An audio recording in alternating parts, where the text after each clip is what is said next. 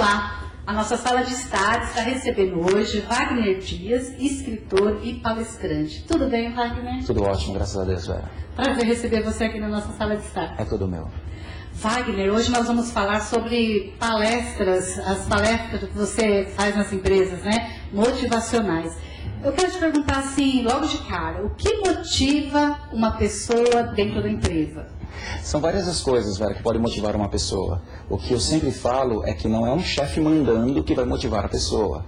Não é o desemprego lá fora que vai motivar a pessoa. Não é o dólar caindo, subindo, ou bolsa caindo, subindo que vai motivar a pessoa. Mas sim os seus próprios motivos. O filho que tem um sonho, a esposa que quer conhecer um lugar, o carro que ele quer dirigir. Nós podemos citar aí N fatores para motivar um funcionário. Cabe ao líder descobrir que fatores são esses. E o líder que você se refere é o líder da empresa, do local de trabalho? Ele tem que fazer o quê? Um trabalho todo especial com os funcionários, com as pessoas que trabalham dentro da empresa? Isso, esse é o papel do líder, conhecer o liderado. A gente sempre fala que ele tem como descobrir o que realmente motiva a pessoa. Não adianta ele ficar atrás de uma mesa ou analisando planilhas, vendo números, que isso não é liderança, isso é um chefe, vamos dizer assim. Mas o líder, ele sabe qual é realmente a motivação, a paixão daquele funcionário, o que é que ele quer, qual que é o anseio, onde ele quer passar o Natal, que carro ele quer dirigir. A hora que ele descobre isso, ele usa esses fatores para motivar o funcionário, para fazer com que aquele funcionário saia da zona de conforto, entre em ação e que a gente sabe que o resultado é sempre positivo, ele acaba produzindo mais. Né? A zona de conforto que você se refere seria o quê? A questão da pessoa estar acomodada naquela rotina que ela faz no dia a dia, seria isso? Exatamente. Eu falo sempre que tem pessoas que não vivem 365 dias por ano. Tem pessoas que vivem um dia 365 vezes. A pessoa está acomodada, vive uma vida randômica, sabe? Certo. Então ela sai de casa e vai trabalhar, mas ela está ali, na verdade ela não produz. E aí, na hora que chega em casa, ela tá com a esposa, o funcionário está com a esposa, mas não está com a esposa. Então ele vive uma vida sem significado, uma vida sem propósito. Ele precisa descobrir o que o move, precisa sair da zona de conforto. Né? E é difícil para a pessoa conseguir sair da zona de conforto, você acha? É trabalhoso, porque quanto mais tempo a pessoa fizer a mesma coisa, maior vai ser a zona de conforto. Quanto maior a zona de conforto, mais difícil de sair. Mas tem uma notícia boa, se conseguir sair, maior é o prazer. Maior prazer, com Exatamente. certeza, né? No caso, o líder, ele tem que fazer um trabalho todo especial, uma coisa assim, toda quase que imperceptível, para aquela pessoa não sentir que está sendo trabalhada.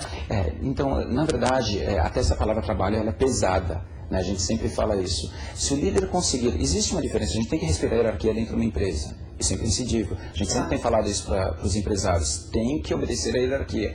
Porém, nada impede do líder ser amigo. Sabe daquela coisa de vamos sair, vamos para o futebol, vamos para um churrasco, vamos para um lugar. Olha na casa da pessoa, não tem problema. É claro que quanto mais degraus a pessoa vai subindo, maior o número de liderados e mais difícil de fazer esse trabalho, a gente entende. Mas por outro lado, quanto maior a aproximação ele tiver da pessoa, mais motivada a pessoa fica. Eu lembro quando eu era bancário, eu fui promovido de boy para escriturário e meu chefe foi na minha casa. Mas minha mãe fez uma faxina de um dia inteiro, velho. Falei, o chefe do meu filho vem aqui. E é claro que quando eu cheguei no dia seguinte, todas as pessoas ficaram falando, caramba, o senhor de la Sus foi na casa do Wagner, eu era o queridinho da empresa. Mas aquilo, uma atitude da pessoa ir na minha casa, talvez ele ficou meia hora. Mas aquela atitude, pra você ver, faz mais de 20 anos, velho, eu lembro até hoje. Aquela atitude dele me marcou até hoje e com certeza fez com que eu produzisse mais no banco. Então, olha o trabalho do líder, olha que bênção, ser amigo das pessoas, fazer a pessoa produzir feliz, isso é um sonho. Agora me fala uma coisa, e quando o líder ele encontra uma resistência para determinadas mudanças, enfim, e aí, qual que é o papel do líder nessa hora? A primeira coisa que ele tem que assumir é que ele não vai ter 100% de resultado positivo. Isso é muita pretensão também. Sempre vai haver resistência. Porque o que nós sabemos, velho, é que tudo é pessoal, nada é comercial.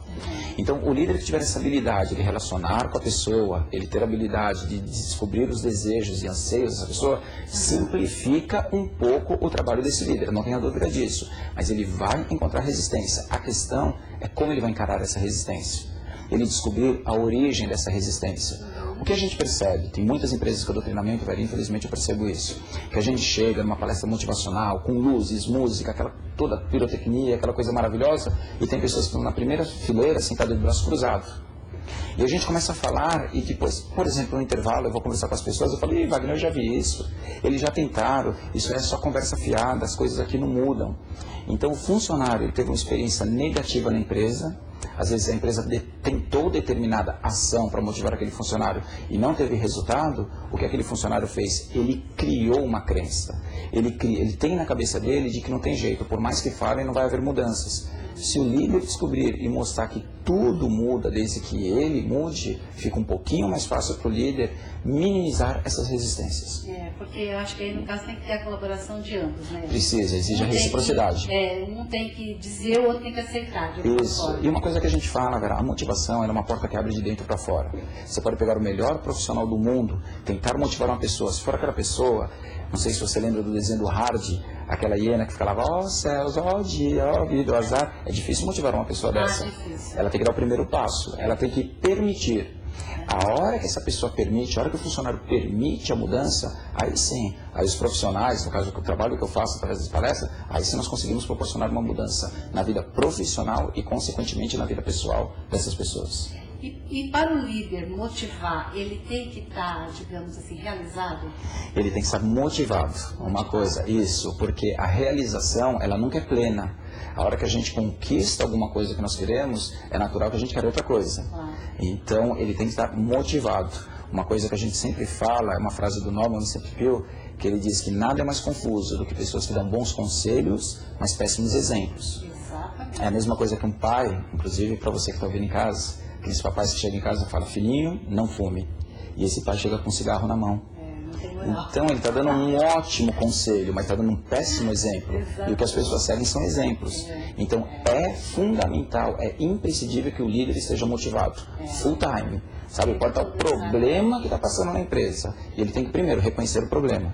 Não adianta ficar escondendo, falando, não, isso aqui é uma maravilha. Não, reconhece, temos um problema sim, mas é esse problema que serve para o nosso crescimento. Nós vamos nos superar e quando passarmos por isso, nossa vida vai ser maravilhosa. Tem que jogar claro, limpo, cristalino mesmo. Sempre, sempre. Então, o líder e os demais, né? Porque senão as pessoas perdem a credibilidade. Exatamente. Imagina uma empresa que atrasa o pagamento, por exemplo, e o líder vira, mas nada, para que dinheiro também, bobagem. Né? Então isso não vai funcionar. Então tem que falar, realmente, atrasamos o pagamento e isso é um problema, isso não pode acontecer.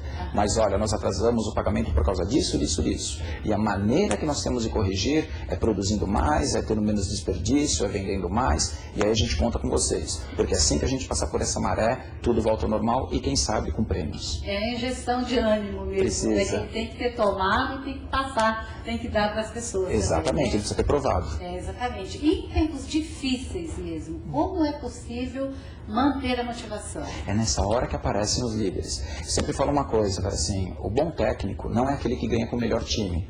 O bom técnico é aquele que ganha com o time que tem.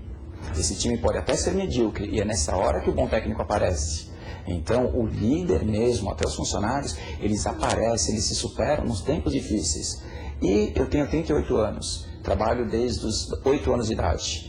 Então faz 30 anos já que eu trabalho, sempre são tempos difíceis. Sim. Não importa o regime político, o dólar ou a economia como está, sempre são tempos difíceis. É claro que hoje as coisas estão um pouco mais complicadas. É verdade. A gente sabe de uma coisinha, a competência, a competição, na verdade, ela está mais acirrada.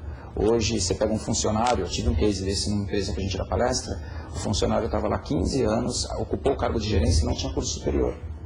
Mas ele estava na zona de conforto. Ele falou, poxa, eu estou aqui 15 anos, minha carteira de clientes é maravilhosa, eu sozinho produzo 20% de tudo que a empresa, eu vendo 20% de tudo que a empresa produz. E ele ficou na zona de conforto, mas mudou o diretor da empresa, cara. E ele alertou, falou, você precisa voltar a estudar. Você tem 3 anos, não para se formar, mas para voltar a estudar. E esse gerente não voltou a estudar. E o que aconteceu? Entrou um garoto, muito mais jovem, mas já tinha feito faculdade, pós-graduação, tinha uma certa experiência, ganhando um pouquinho menos, mas produzindo muito mais.